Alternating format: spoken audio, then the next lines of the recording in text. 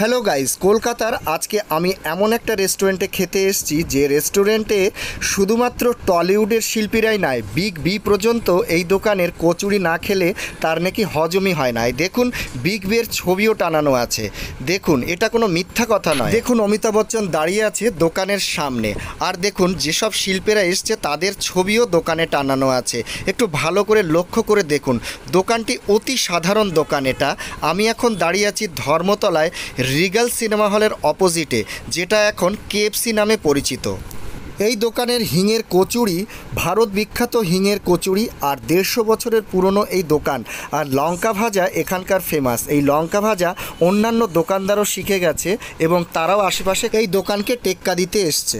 পাশে সেম আর একটি এরকম দোকান আছে, কিন্তু এর পিছনে টেক্কা দিতে পারেনি, কারণ অরিজিনাল তো অরিজিনালই হয়।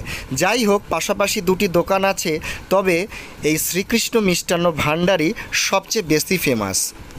এই দেখো, লঙ্কা ভাজা এখানকার ফেমাস, চাটনি আর হিঙের কচুরি।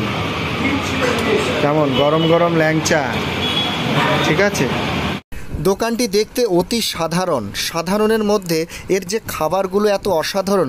আর এখানে এই ধর্মতলার মোড়ে যে সমস্ত লোকেরা আসে, বড় বড় মানুষ থেকে শুরু করে ছোট ছোট মানুষরা পর্যন্ত। দিনের বেলা ভিডিও করতে পারবো না বলে এই জন্য আমরা এসেছি রাতের বেলা, কারণ দিনের বেলা অসম্ভব ভিড় থাকে এই দোকানে। মানে ভিডিও ব্লগ বানানো তো অসম্ভব ব্যাপার, খাবার দাবার খাওয়ারই জায়গা থাকে না।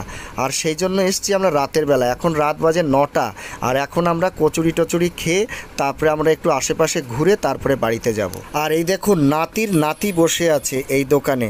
150 বছরের পুরনো দোকান এটি।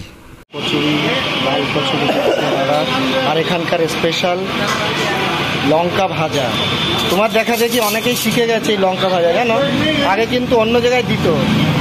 আর এনাদের সব দাদাজিরা, দাদা, এই যে দাদা ছোটদা।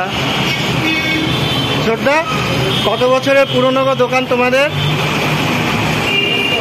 150 বছরের না? 150 বছরের সবচেয়ে পুরনো দোকান।